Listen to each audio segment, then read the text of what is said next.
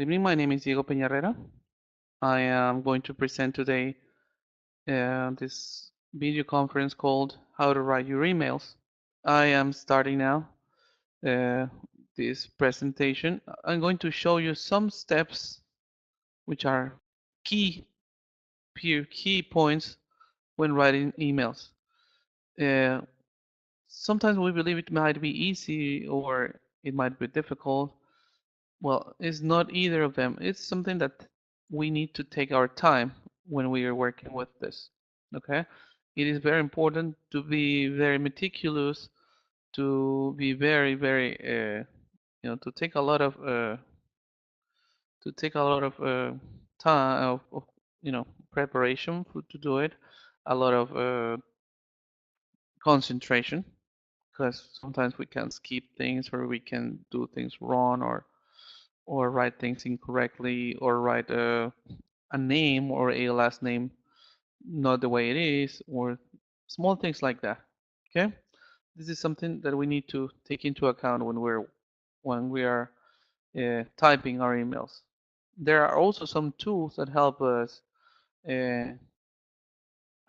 us improve this, and I will show you this during the process of this video conference, this webinar. Okay. Let's go with our first step. So today our lesson, as I said before, it's how to write email, how to write professional emails specifically. In this session, we're going to focus on how to write professional emails, which is the key aspect for people who work, for business people, correct? So here we go. Uh, the first slide I'm using here is subject line says a lot. So what do we mean by the subject line? Whenever you start to send an email, you have to put a subject. So what is the purpose of your email? What is the reason for your email, right? This is the very first part that we should consider when sending an email. So the subject that we are going to introduce, okay? It has to be, what do you think? It has to be clear. It has to state what we want to do. It has to tell our purpose. So it's very important as it is the first step. So they pay attention to it. Imagine if you write something which is not exactly, which doesn't seem important to the person who's reading it. They're just going to skip it. They're not going to read it. They're not going to read it. Okay. So this is our first step, okay? The subject line. So we are starting with this, the subject line. What do we have here? I have some concepts here that I would like to read you so you can become a little more familiar.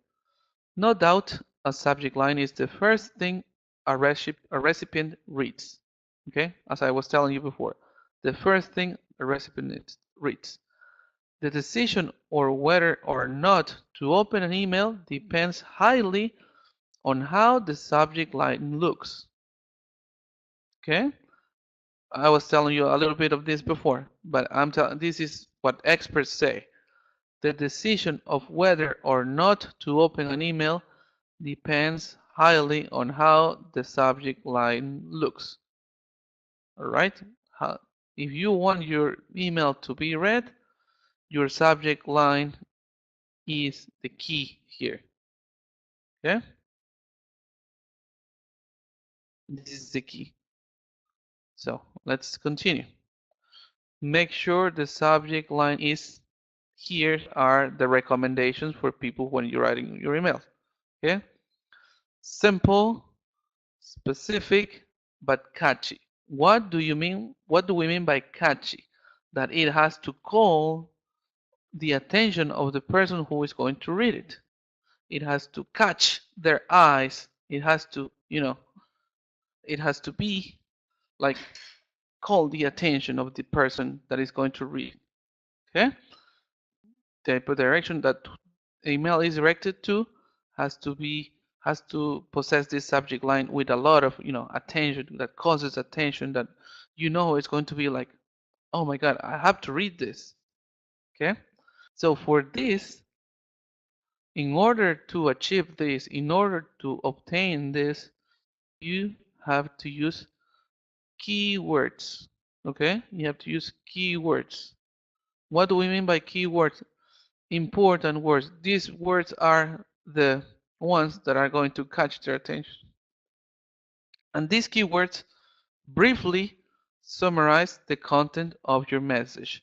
So you have to find the appropriate words that can be used to describe your message in the first line, in the subject line. Okay?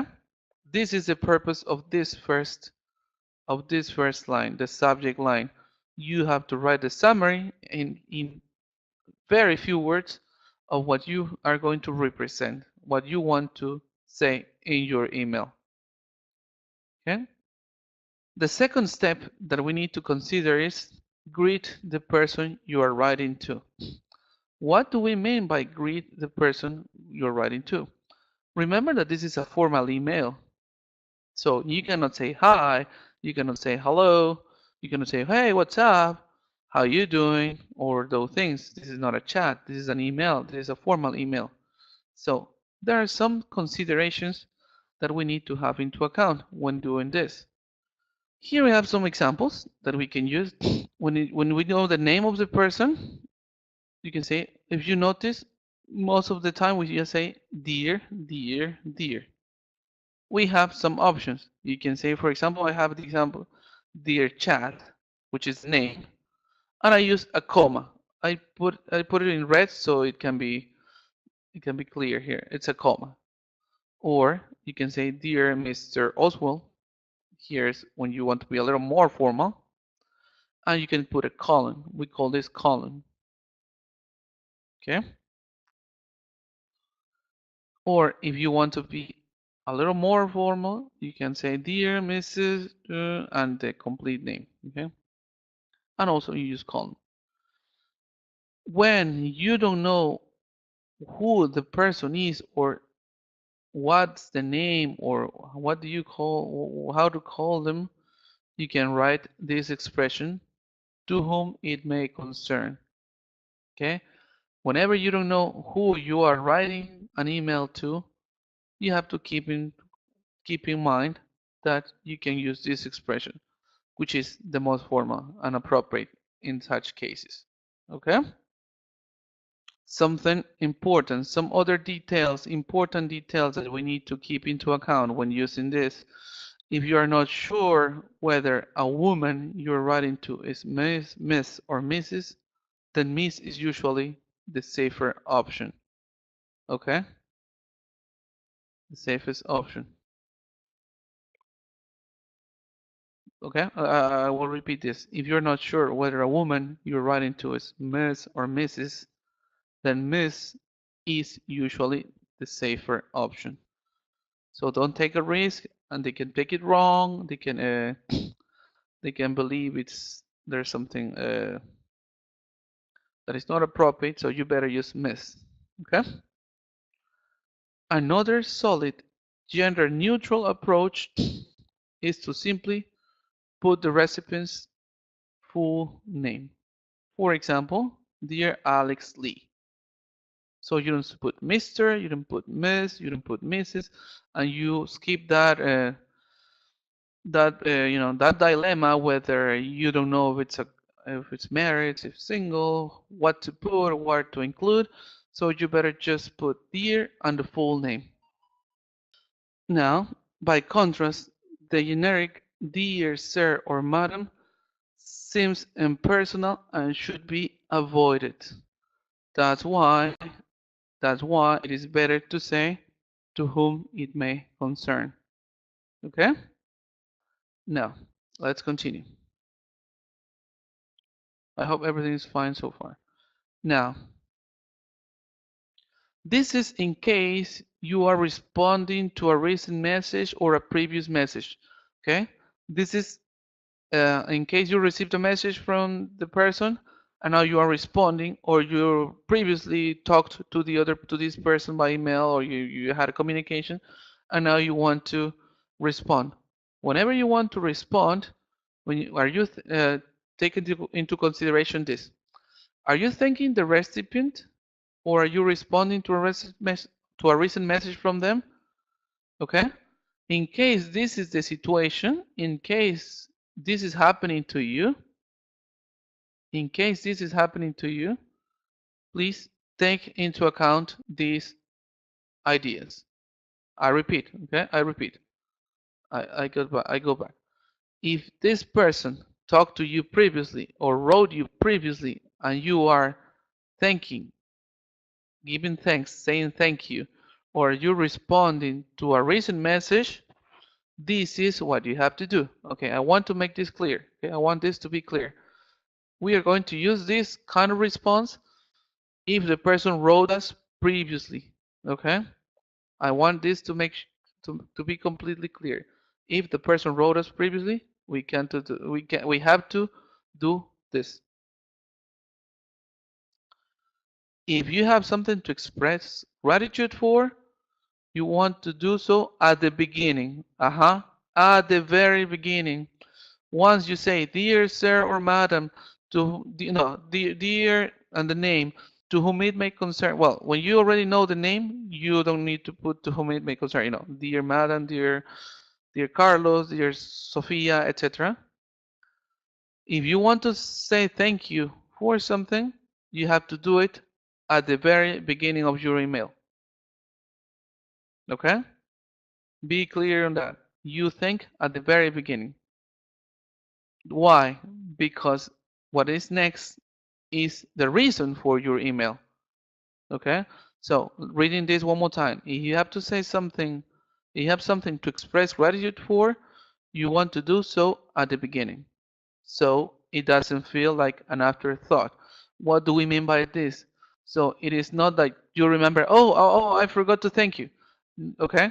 So if you have to respond, if you have to say thanks for something, you do it at the very beginning of your email. After the salutation, you say thank you for whatever that person did for you. Okay? Similarly, if you are in the midst or in the middle of a back and forth conversation, you want to stay on track and not change the subject. So what do we mean by this? If you do this at the beginning, you can continue with the conversation without any problems. Okay?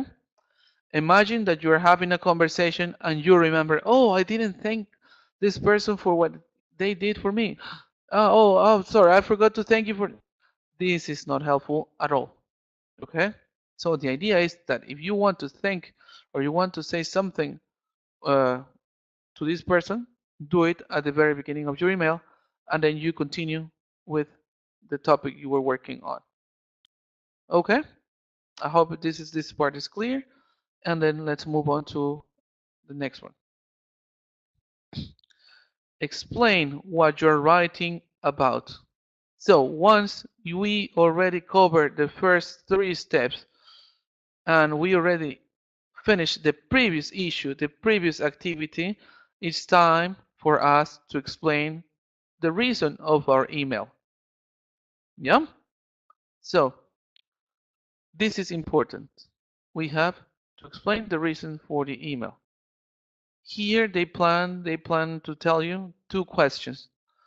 You need to answer plainly, okay? 2 questions that you need to be careful about.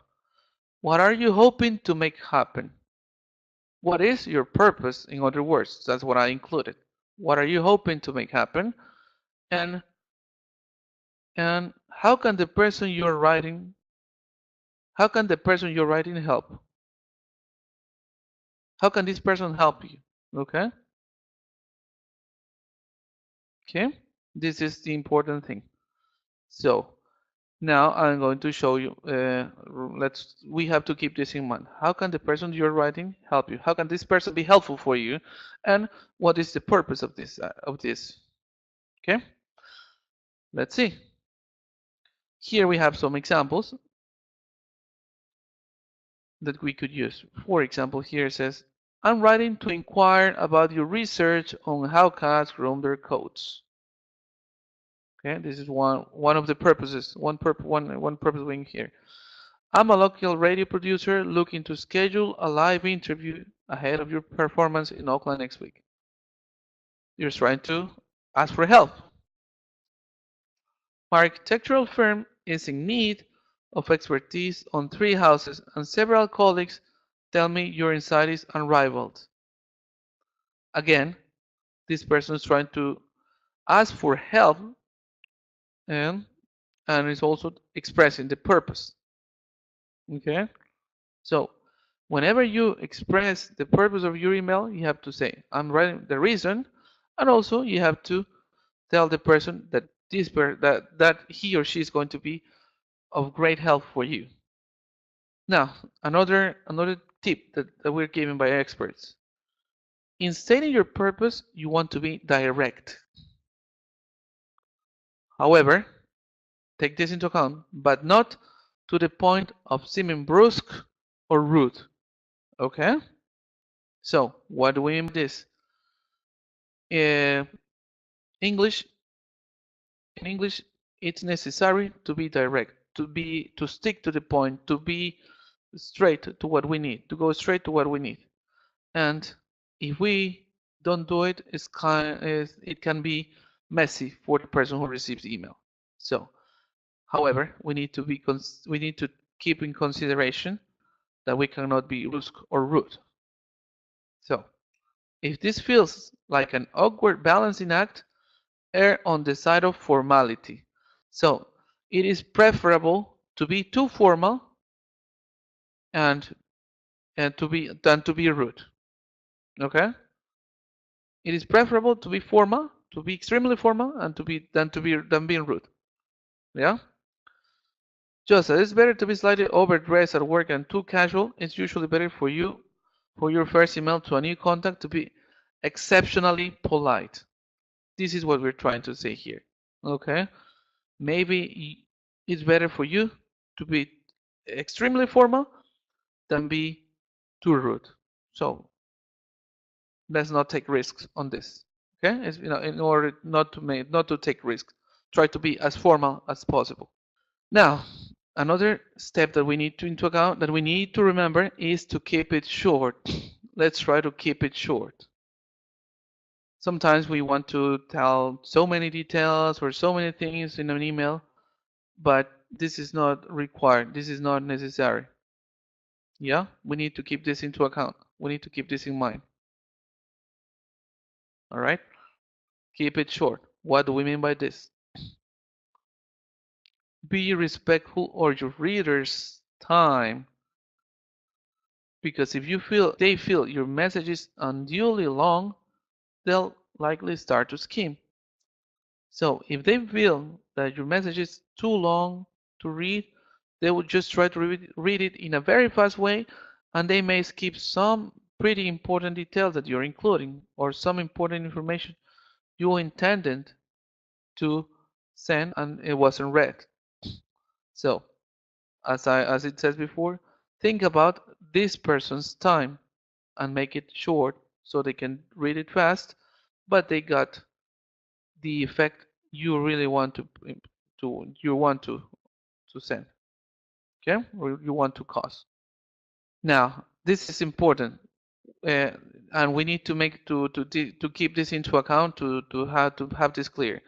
If a weighty subject requires lengthy discussion, look for better ways to communicate about it than email. What do we mean by this? The email is not going to be the appropriate tool to talk about a very complex topic. Okay? The email is not the appropriate tool to do it. You have to use your message as a way to set up a meeting or discussion rather than a venue or a dense treatise on the subject. It means by the email, you only plan a meeting, plan a discussion, but don't start one using the email. Okay? Remember, you have to keep it short, and if you want to have further discussion, further details, a bigger conversation, you have to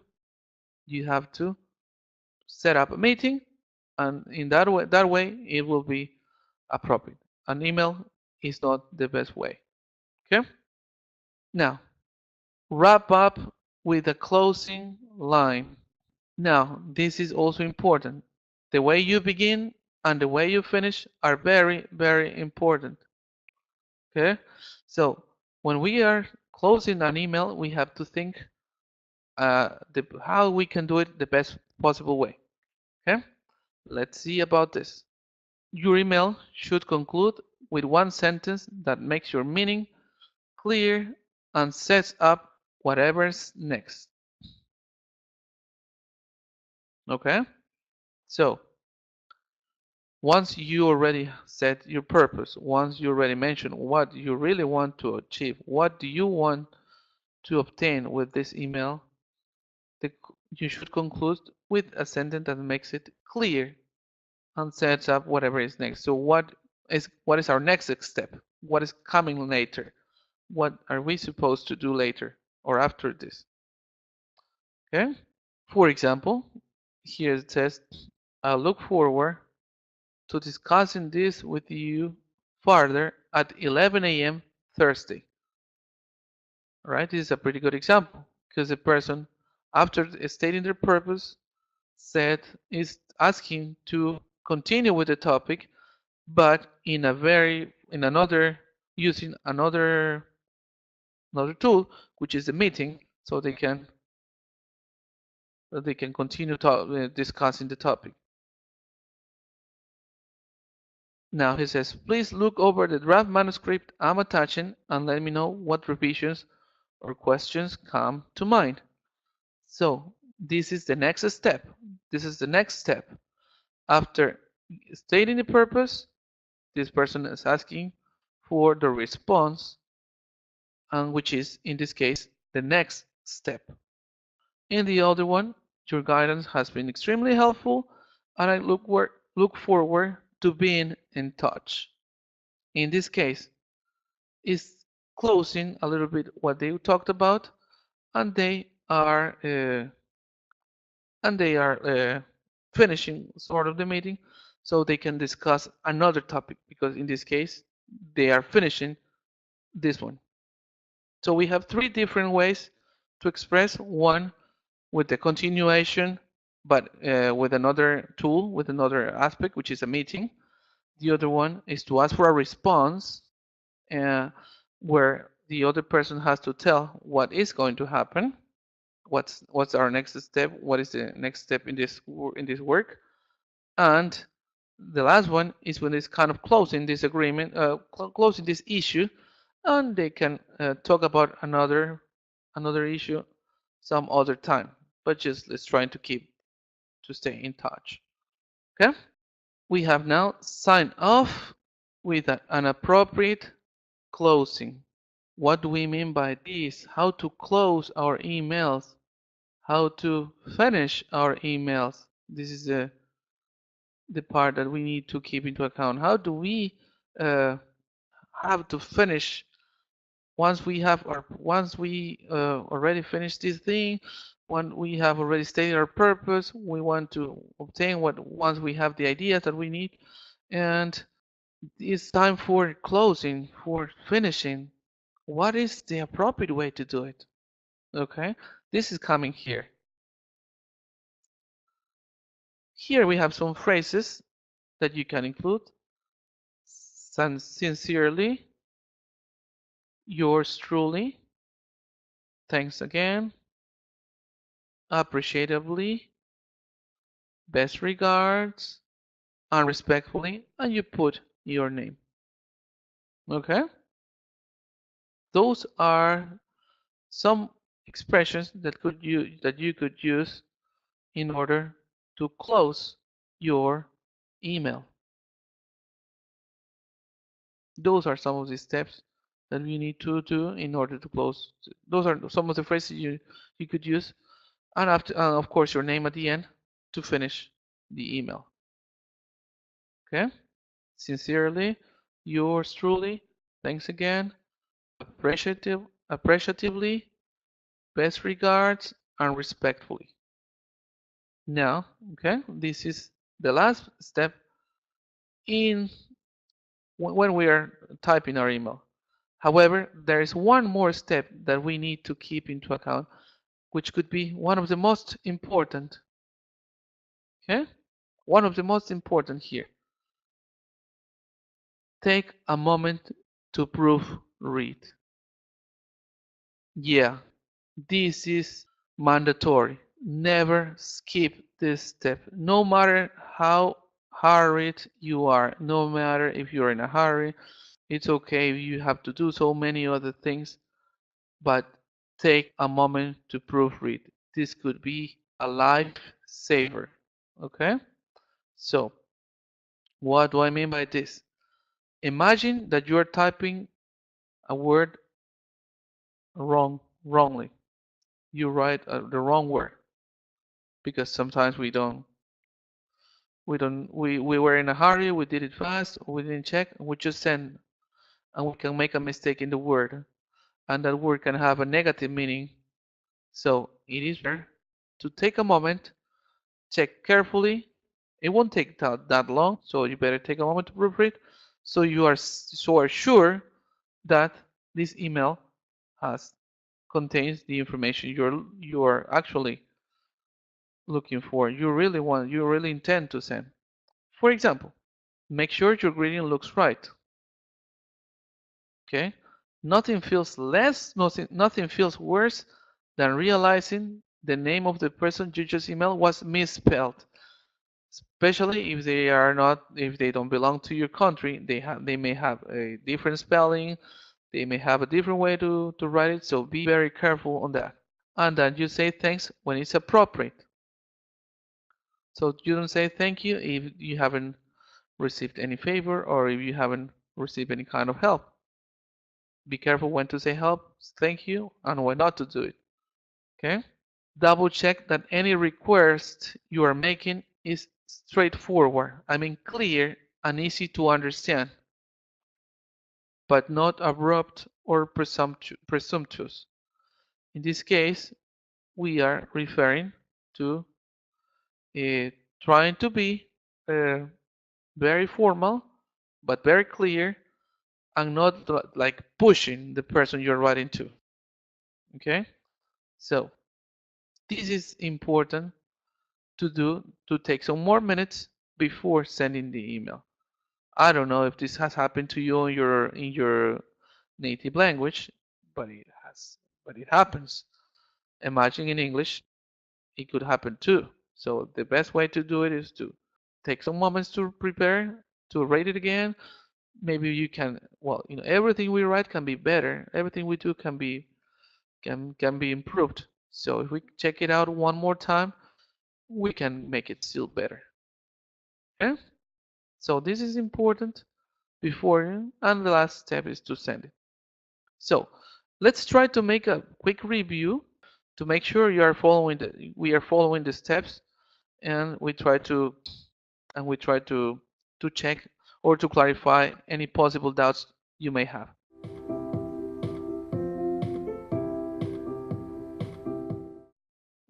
The topic, that is how to write emails, we already know that.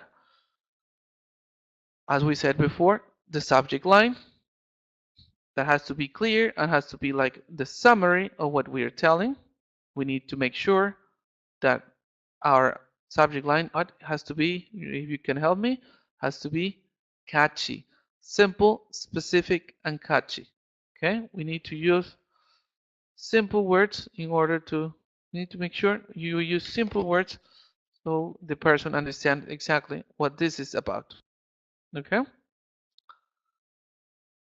the second step is to greet the person you're writing to in an appropriate way. In an appropriate way. Okay? This is what we have to keep into account. We have to do it in an appropriate way. Once again, you have to say dear is the most appropriate when you know the name of the person, dear, which is universal for everybody. And be careful with the punctuation. I again mark this part of punctuation. You can use a comma when you put only the name. You put a colon, which is a little more formal. Okay, to make sure this is clear.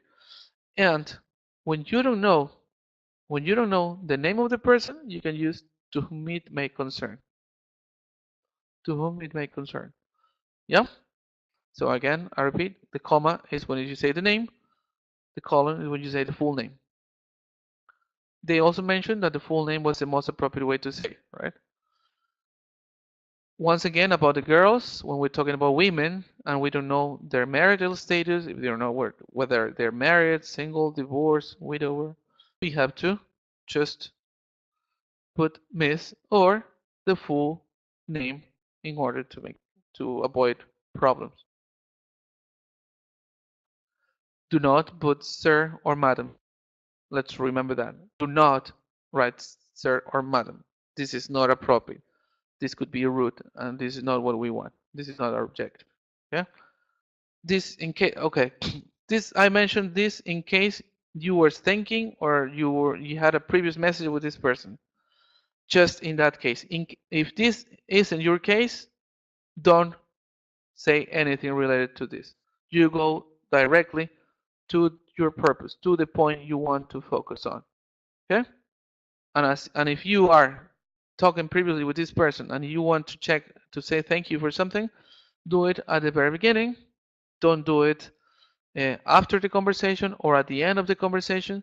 Do it at the beginning so you can start with the other part immediately and you don't have to get back to saying thank you for this, thank you for that. Okay? And in order to avoid changing the subject.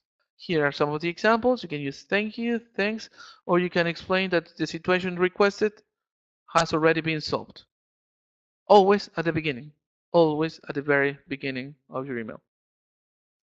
Now, what you are writing about. Once you finish with the thank you part or explain the previous topic, you say the purpose. What are you writing about? What do you want to talk about? What is your point? And as I said before, you have to state the purpose and how this person can be helpful for you or how this person can help you. Okay? Once again, after the thank you, this is the purpose of my email. You are the person who can help me. That's it. But these are the way to just to trying to make it a little more more straightforward. Here are some examples I'm writing for this. In this case, these versions are about research, looking to scale an interview, and kind of here saying that this is the right person for the post or right person to support with some help. Okay, the language you use, the most formal, the better. Okay, this is important that we have into account. Once again, we're talking about formality. It's preferable to exaggerate in being formal than to be rude. So if you think you're being too formal, that's okay. Not a problem. Because you may want to sound a little less formal and it could change to rude, not to the point you want, but it could create a problem. So the more formal in this case, as for being your first email, the better. Try to keep it formal so it won't cause you any problems. Something which is sometimes hard to keep it short. Again, I repeat this: keep it short. It may sound repetitive, but keep it short. Don't say so many things. Now, that's why they say keep it short, because you should be respectful of your reader's time. Why? Because the person must be busy and may not take enough time to read all. If you write too much, this person won't pay enough attention. You know, we know we have this time limitation, so it's important to be straight to the point, direct to the point, in a very respectful way, but always telling things clearly. Remember that the email is not to tell a complete situation, but just to state what is happening, how things can be solved, and when you can arrange something in order to solve that situation or to fix that situation, or to have further discussion on such topics. Okay, you can set up a meeting or discussion, but you cannot have a discussion due in the email. Remember that. Well, Okay, we already talked about it, but just in case, remember to keep it short. And in case you want to have more details, more detailed information, you have to arrange something, but not through emails. Wrap up with a closing line. So you have to be sure about how you want to end this conversation. How do you want to end your email? What do you want to obtain from this? For example, you have to set the next point that is coming. What are you going to do after sending this email? What is the next step? What is coming next? You're writing for this. You're stating your purpose and what do you want to happen. That is the idea. What do you want to obtain with this email? After this person reads this email, what is going to happen? Okay? What is the next step? For example, as this, I really like these closures because they were pretty interesting. I'll look forward to discussing this with you further at 11 a.m. Thursday. So in this case, they are setting up a meeting, which is a very nice way. Please look over the draft manuscript and I'm attaching and let me know what revisions or questions come to mind. In this case, they want a response that can be through the email. Through two different situations. And in this one, your guidance has been extremely helpful and I look forward to being in touch. What it's saying here is closing this issue, this fact, and just let's try to keep in touch. Maybe there will be something will come up and I will need your services or we will need each other. So we work well and we can continue working together later. Three different ways of closing. Two to continue and one to finish what about the job, but to keep the contact, which is important. Always keeping contact is important. Finally, we're signing off with an appropriate closing. We're saying goodbye using sincerely, yours truly, thanks again, appreciatively, best regards, or respectfully. And you include your name. Okay? You include your name. And as I said before, this is key in this kind of aspects. Take a moment to proofread. Take a moment to read what you're going to do, to check spelling, to check if the purpose is correctly written, if it's well described, if you can improve it. There's always room for improvement, so you can do it better, better, and better. Okay? Every time we have the chance to do things better. So take a moment and you will feel good. Imagine you're thinking, why didn't I check it? Why didn't I do this before? You will feel like it wasn't enough, so you better do it once more and things will work well. Make sure your greeting looks right. For example, check the spelling of the name of the person. Uh, say thanks when it's appropriate. That's what I mentioned before. When it's appropriate, not necessarily all the time. And double check that any request you're making is straightforward and easy to understand, but not too abrupt and presumptuous. Okay? Try to make it formal. Try to make it polite, so the person doesn't feel overwhelmed or doesn't feel that you're being rude or that you're trying to obtain something at any cost. Okay? So, to finish, uh, thank you very much. Hope you have a great time. Thank you, and I hope to see you or to be in touch with you in our next webinar. Have a good night. Okay? Bye for now.